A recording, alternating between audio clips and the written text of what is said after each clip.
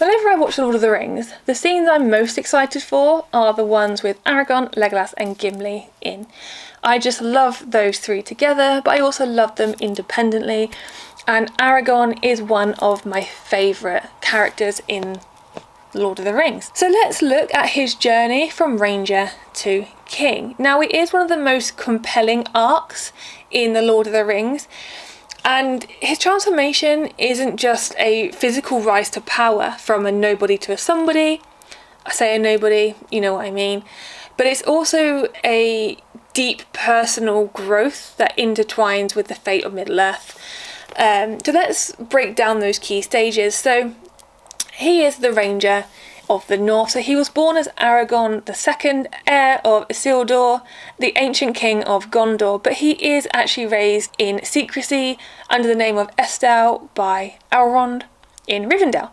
Now, this is due to their fear of Sauron, who would seek to destroy the line of Isildur. Aragon's lineage is significant because he's a descendant of the kings of Numenor, and his destiny is very much entwined with the fate of Middle-earth. He was raised as a ranger, so Aragon is a skilled warrior, tracker and survivalist, wandering the wilds, and he's also a man of honour, wisdom and humility. Despite his royal blood, he doesn't really come across as, spoilt royal teen, His early role in the story comes when Gandalf recruits him as the leader of the Fellowship of the Ring to protect Frodo and the One Ring. So let's move on to the Fellowship, where he is arguably vital. He's a protector, but also a guiding force. His knowledge of the wild and prowess in battle makes him indispensable. He formed a strong bond with Frodo and the rest of the Fellowship, including Legolas, Gimli, and to an extent Boromir. His leadership skills begin to shine, and it's clear that he is a man of destiny, even if he does not fully yet accept his destiny in the form of his royal heritage. When the Fellowship starts to break apart, Aragon's leadership role just grows, it doesn't diminish. He takes responsibility for the safety of Merry, Pippin, and later on Frodo again, demonstrating that he is a leader,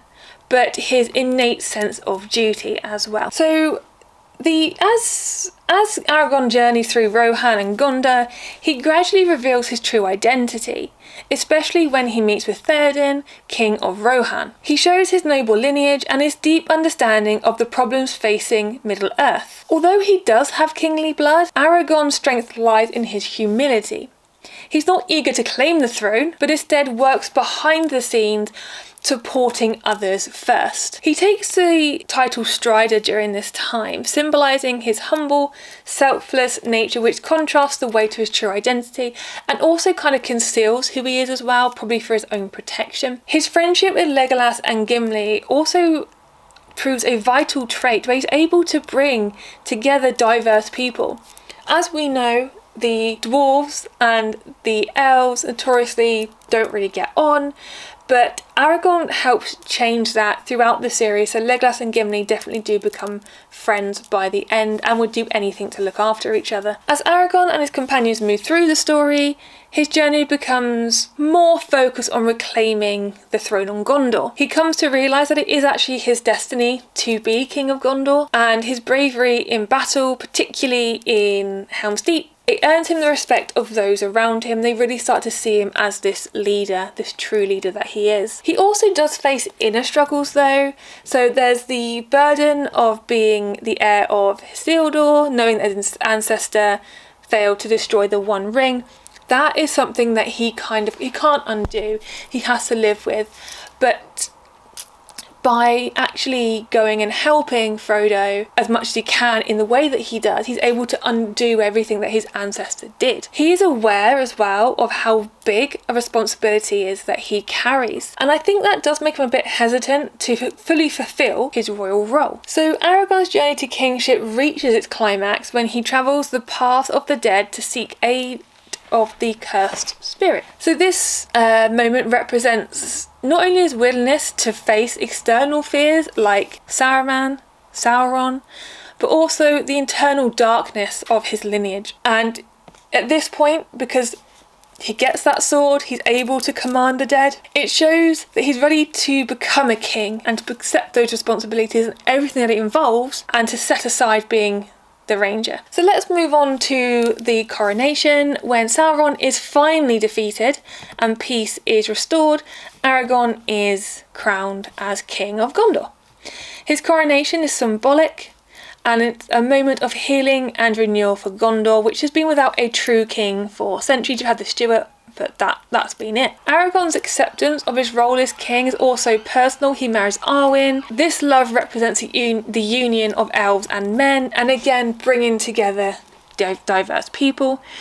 And it is symbolic of Aragon's reign, a time when the legacy of Numenor can finally come to fruition. So let's look at his legacy. So under his role, Gondor flourishes. He strengthens alliances with other kingdoms like Rohan, and now we know he's already done that legwork with Theoden and helping Theoden at Helm's Deep. So he's already put kind of his allegiance there and shown just the sort of person, the man and leader he can be, which has only done good things.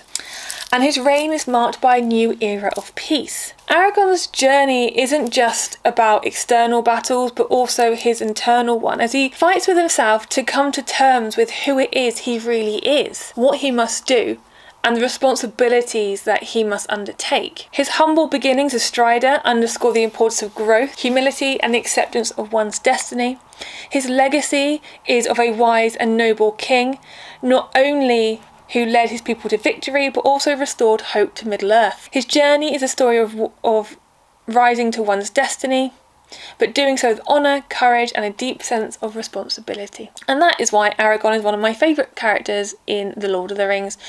He has a lot of personal baggage, I think is the easiest way to put it, that he has to overcome, he has to do something about, and at the end of the day, although he knows that a lot of people blame him for what his ancestors did, and he's got this I guess, taint on his family name, he still does everything he can to help Frodo, Merry, Pippin, Legolas, Gimli, Gandalf, whoever he can, he will help. And he does come across as respected by everyone that he meets as well. But that's it, guys, for this video. It's just a brief look into one of my favourite characters from The Lord of the Rings.